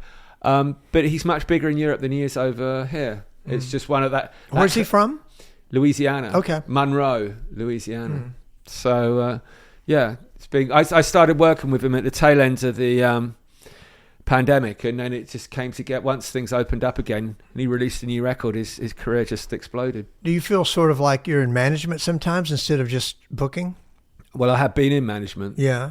So do you consider yourself a manager of some of these artists? Only I mean I am a manager of certain artists, but with Robert I'm just his booking agent. Who do you manage? Take Me to the River, which is the project which is based in Memphis around Carla Thomas, High Rhythm, Boo Mitchell, Royal Studios, and then also New Orleans, which is around Cyril Neville, Amari Neville, Robert Mercurio, Big Chief, Bo Dallas Jr., and things like that, which is a really exciting thing to be involved with. Yeah. So do you handle more the UK side of things? No, I manage them worldwide. Worldwide. Okay. All right. I started off as their booking agent, but have just recently taken over the management of the project. And that's under the name of? Take Me to the River. Okay. Which is really interesting. It's essentially an education initiative, a not-for-profit based in California, that teaches students about the origins of American R&B and soul. And here you are from England. I know. Coast to Newcastle. But I'm not doing the teaching. I'm just doing the facilitation of the management. Well, let's talk about Pink Lemonade for a bit, because I didn't even know you did Pink Lemonade. Have I missed out on something you told me? Because it came up in my feed today, and I'm like, well, how apropos, I'm going to be talking to you Really? tonight. I mean, I'm not that shy on promoting things. So I just didn't know, or maybe I'm so clueless Yeah. I skipped it, but I listened to your entire Tav Falco interview yeah, today. well, thanks for that. I mean, you shared it as well, which is great. But I was just saying earlier, essentially, my work revolves around live music. That's what it is, and it got wiped out obviously quite quickly in the pandemic. I couldn't obviously promote shows because the venues weren't open and we weren't allowed to leave our house and all the rest of it. And you got in the cycle of rescheduling shows and tours, which looked like they were never ever going to happen again. How did you survive that? Just philosophically just accepted that things had stopped or paused for a long period of time, and not to get too anxious about it. I started riding my bike, or riding a bike. I got into cycling quite heavily and meditation, and that kind of got me through it, really. But at that point, a good friend of mine, going back to what we were talking about earlier about people that connect and open things up and they don't hold back, this guy called Dean Chalkley contacted me, and he was DJing on this radio station called Totally Wired Radio, and he said, you should do it. You should do a radio show. And I'd never thought about it. And so I did it. And then, so that came out of the pandemic, and it was just something to do while nothing else was going on. So I had a pretty good address book. So I just, and like I said, the station is about record collectors. Mm-hmm. And as much as I love music deeply, I'm not really a record collector. So I couldn't compete with these guys who were playing really rare sort of Northern Soul 45s in 1968, and there was only 5 of them or whatever. Do you know what I mean? That wasn't what I was about. But I do have a good address book. Yeah. I'm connected to people through what I do, when I'm promoting music. So, I just started calling people up and then doing interviews with them. I think the first thing I ever did was with Nick Lowe, and then it was George Vajistica, The Bad Seeds, and so on. And it's just been an interesting thing to do. Wow, you started out with Nick Lowe. Yeah. Damn. Yeah. So it's been great. And that's 5 years ago, believe it or not. And 5 years. And I had no intention of presenting a radio show. It was just something that kind of came out of adversity. Well, back to what we talked about earlier. Do you know what I mean? But you started in 2020 from the get-go of COVID. Yeah. Yeah. I mean, I wouldn't say presenting a radio show is particularly creative, but it was an interesting experience, and it still proves to be, just talking to people about that, people I find stimulating and interesting, like Tav Falco, like John Spencer, like Reckless Eric, or whoever, Yeah, no, I mean, it's been good. I mean, but the other thing I did, which isn't really related to music, is I became very fit through cycling. So, it was quite bizarre to be in my mid-50s and be the fittest I've ever been in my life. So there was this kind of weird duality again. So, no, I listened to Tav today. We were talking about procedures of how you go in and edit and how you mechanically structure. Can you talk about that a bit? What's your approach to creating the thing that people hear? I want to keep it live, even though it's pre-recorded. So I pre-record the interviews via Zoom, then I edit them down, and then I drop that into the main body of the interview, and I play some music that I like, that's excited me recently. and that's kind of it, you know. And I try to keep a sort of a kind of an excitement to how I feel about playing that music and talking to the people that I'm talking to. Sometimes it works and sometimes it doesn't. But like, for instance, with Tav, I'd had someone else lined up, and we were going to do Tav the next month, but the other thing didn't come. So I said, Tav, do you want to do it? He said, yeah. So because I had to come over to the US, I recorded the interview one day, edited it the next, and then finished it in like, you know, space of 2 days, which for me was quite quick because I didn't have any choice because I had to jump on a plane and go to Nashville. So that was quite immediate, and you don't have time to hang around. It's not like I'm kind of carefully editing it and making everything sound perfect. It's kind of punk rock in its approach, just to keep the vibrancy and excitement of the conversation, but also in the music that you're playing. Right. The only thing I can even cite that it resembles sort of in a certain way, and I don't really have a wide, you know, knowledge of a lot of UK type things, but would be, you know, the Pretty Things, Ugly Things, you know, podcast where, you know, you're coming across with some esoteric stuff and older artists maybe even. I'm sure you talk to younger people too, but at this point it seems like everybody's old. I don't know, maybe it's just me. And you try to do very little editing. Yeah. I do the same. I don't want to do a totally live, literally presentation just because I think it's more succinct to give people the key moments. Yeah. Yeah. Yeah. I mean, yeah. And sometimes you got to edit it because you got to fit it in. Yeah. Like, you know. Oh, you have a certain time thing you're shooting for. Yeah. I mean, my show is a 2-hour slot. So I don't think we ever shoot for any particular. Sometimes we go over 2 hours. This may be over 2 hours. Oh, I don't know. God. Poor listeners. All 11 of them. 12, thank 12. They probably all know each other. Every time we they're talk probably all about messaging each other at the moment going, oh, my God, we've got another hour of this. It's like, what's this got to do with Memphis music history? Why is he talking about tea all the time in hotel lobbies? Let's talk about the Cramps. Oh, yeah. What do you want to know? You tell me. What do I need to know? Well, to me, the Cramps... I mean, I like the Cramps like everyone else. They're fantastic. Oh, everybody else. Yeah, I mean, we're all the same, aren't we? But but the Cramps to me were like a gateway to this other music. I mean, I love the Cramps, but it's not like I get up and I listen to the Cramps every day. But the music I got into via the Cramps, I still do, yeah. What well, like we discussed earlier. Yeah. Like, you go from the Cramps to the Gun Club to Tommy Johnson. But wait a minute. Did you hear the Ramones before the Cramps? Yes. Okay. Yeah. Okay. But then, you know, there's that famous picture in New York of Kid Congo down the front of a Ramones show. So it all connects, doesn't it? You know? I want to do a new project with the Cramps, even though they're dead. Yeah. Well, Lux is. And I can, the only people I want to work with are dead people. Right. At this point. I mean, I'll work with Dennis, but sometimes I look over and I'm like, did you skip a meal? Dennis. Did you skip a meal, Dennis? Or what's going on?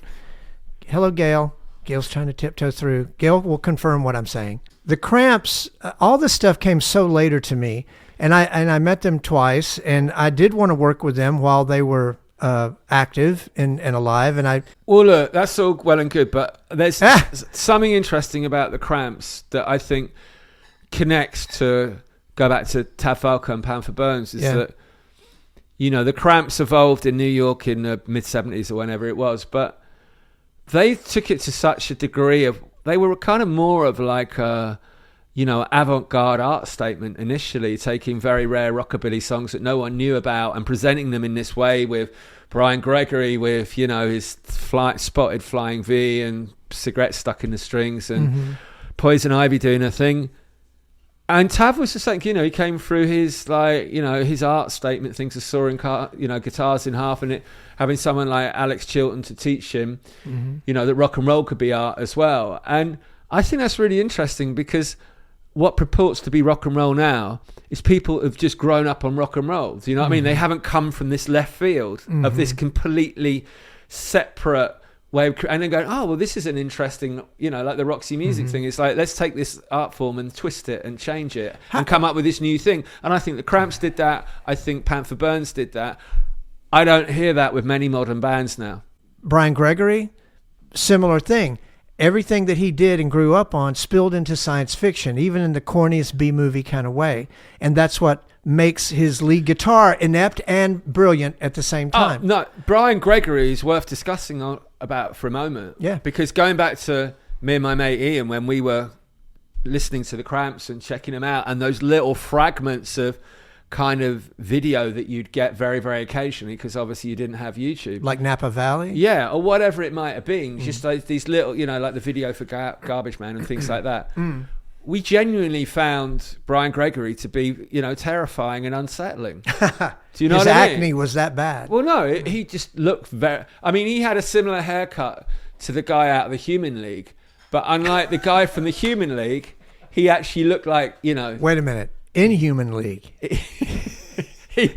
he looked like he would come and eat you. Do you know what I mean? He looked like he would do you damage, and that was like, I mean, that's quite an achievement, isn't it? To actually scare your audience properly. I mean, like, I remember when I saw the Birthday Party for the first time, or on a number of occasions, the audience was genuinely scared of them.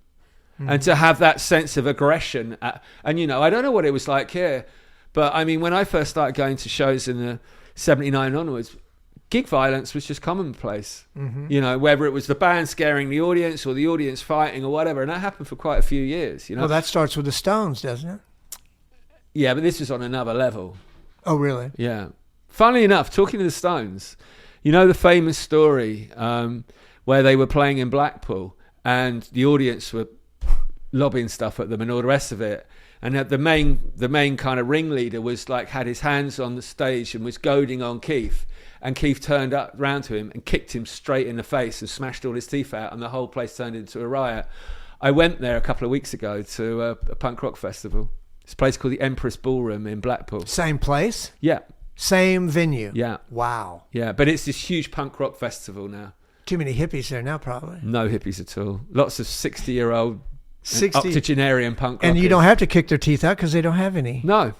Yeah. No. You kick their upper plate out. No. I mean, actually, interestingly, there was a mixture of different generations there. It wasn't all. So what's your overview of the whole thing then? I was just curious. I mean, actually, I realised... I mean, there was a number of things that were interesting about it. The first reason I was there, I was with this band I work with called the Corettes, who are not a punk band, but... I saw them at Gonerfest. Yeah. Yeah. And they were great. They went down really, really well. Oh, they're really great. Really, really, really good. So I was interested. My first thing is just to see how that audience would react to them, and they loved them, which was great. That was really, really good. The second thing was I realised in my life, this is the first time I've been surrounded by 10,000 punk rockers, even at the height of punk rock in my experience in the late 70s and early 80s. And the third thing was to be, I don't know if you have this over here, you must do, but Blackpool used to be a very, where this festival takes place, it's called Rebellion. Blackpool used to be a real kind of Victorian, successful seaside town. It was a resort, wasn't it? Yeah, like the Beatles would play there. Yeah, exactly. Yeah. This place, the Empress Ballroom, which I'm talking about. Yeah, everybody would play there. Obviously, the Stones when they weren't. I'm just impressed it's still there. Oh yeah, and it's a beautiful building. It's like this old Victorian. It's like lots of different ballrooms all interconnected. What part of England is this? It's the northwest. Okay. But outside of this ballroom and a few other bits and pieces in this town, it's in a very bad way financially. There's a lot of shut down buildings. There's not a lot going on there. The hotels are empty. And it's just, it's tragic, but it's interesting to see how that seems to be failing, but other areas of the UK seem to be doing okay. It's just a very weird time at the moment. So where did all these punk rockers come from? All over the world. So it wasn't just England? No, all around the world. It's like, all different ages. Did you book some of the bands? Oh no! I mean, I'm not. You just went to. I booked the Corettes as a booking agent, but I wasn't booking the festival. I actually gave the lady in the Corettes Flavia Sore Losers Blu-ray. Oh right, okay. Well, I'm seeing that one of the reasons I'm here is that they're playing in New York next week, so I'm going to go and see them. To go back to the Cramps again, real quick. Tell me about your. I guess it would be your teenage years where the Cramps caught your attention, and how did that reflect on you learning? Those first two records were recorded in Memphis. Do you have any thoughts on that, or how that you came to know that, or did that influence you? I think that's the first time I've heard. That's the first time I became aware of Alex Chilton. Okay. Because I knew nothing about the Box Tops or any of the other stuff that he was doing. So that. I just thought of him as the Cramps producer. Isn't that weird that you would find out about Alex Chilton through something as marginal as Yeah, the but Cramps it's instead of something mainstream as I know, box but tops. it's a bit similar, I guess, to finding out Led Zeppelin through the Beastie Boys. You know, it's just a weird entry. But you wouldn't have found out about Chilton through the Replacements.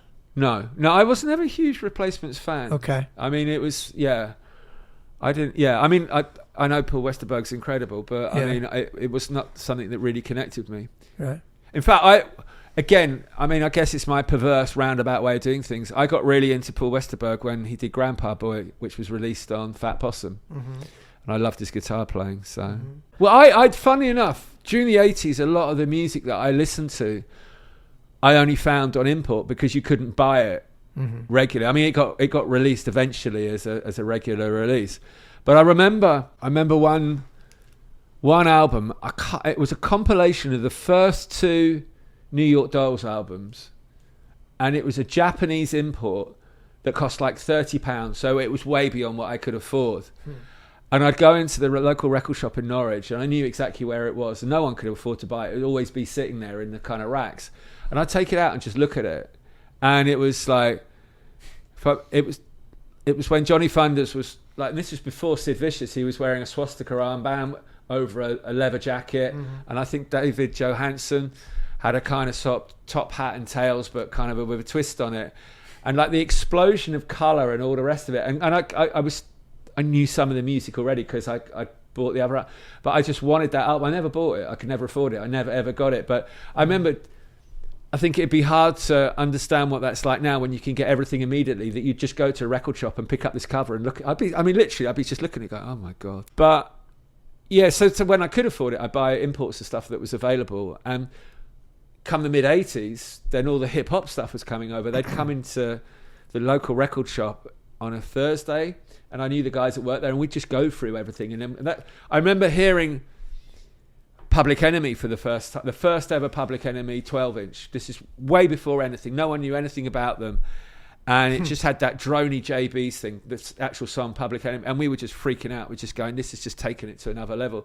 And that idea of buying something you don't know where it's come from, how it was made, what it's based on, and loving it, you know, which just doesn't happen now. Everyone knows everything about everything, don't they?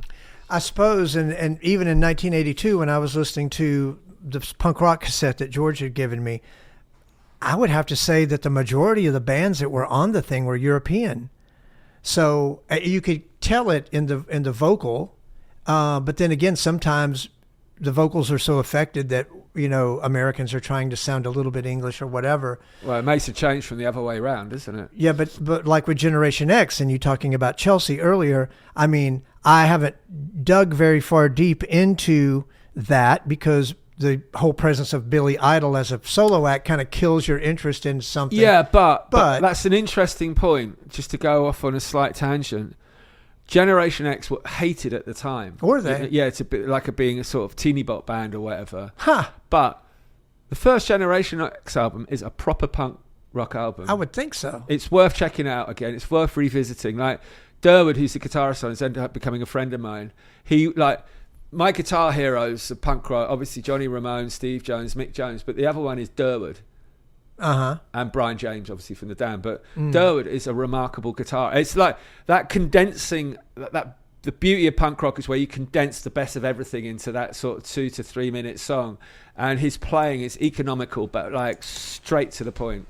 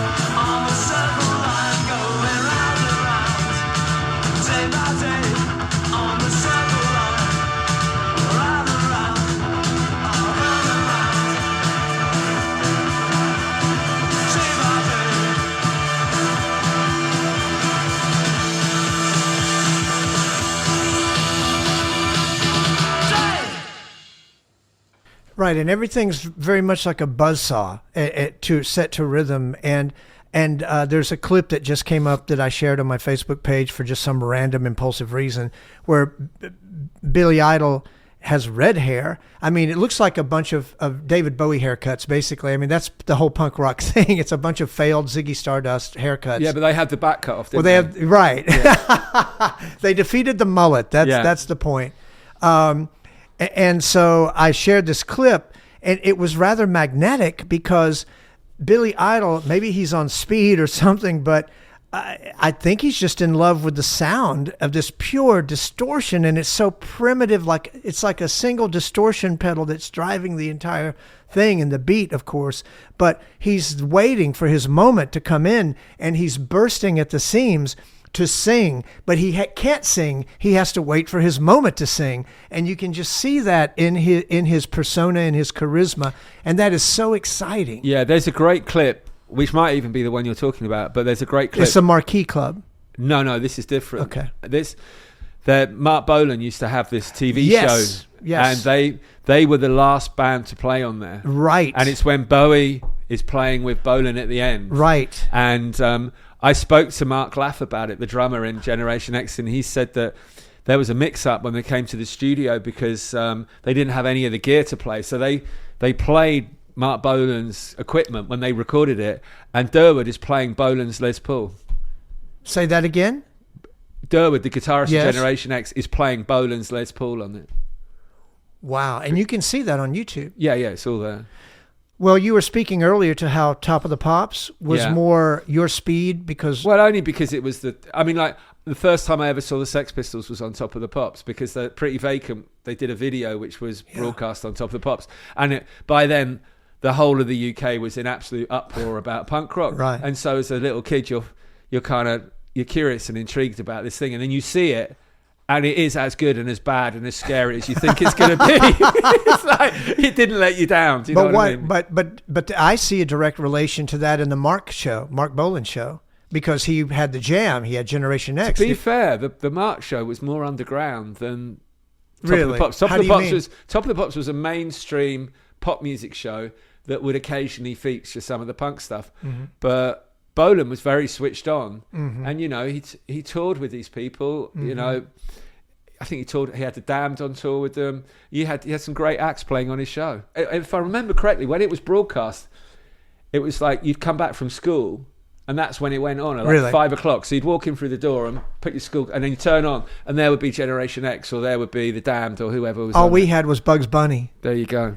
In America, I don't know when we discovered that Mark Bolan had a show. Thanks to the internet, we discovered it.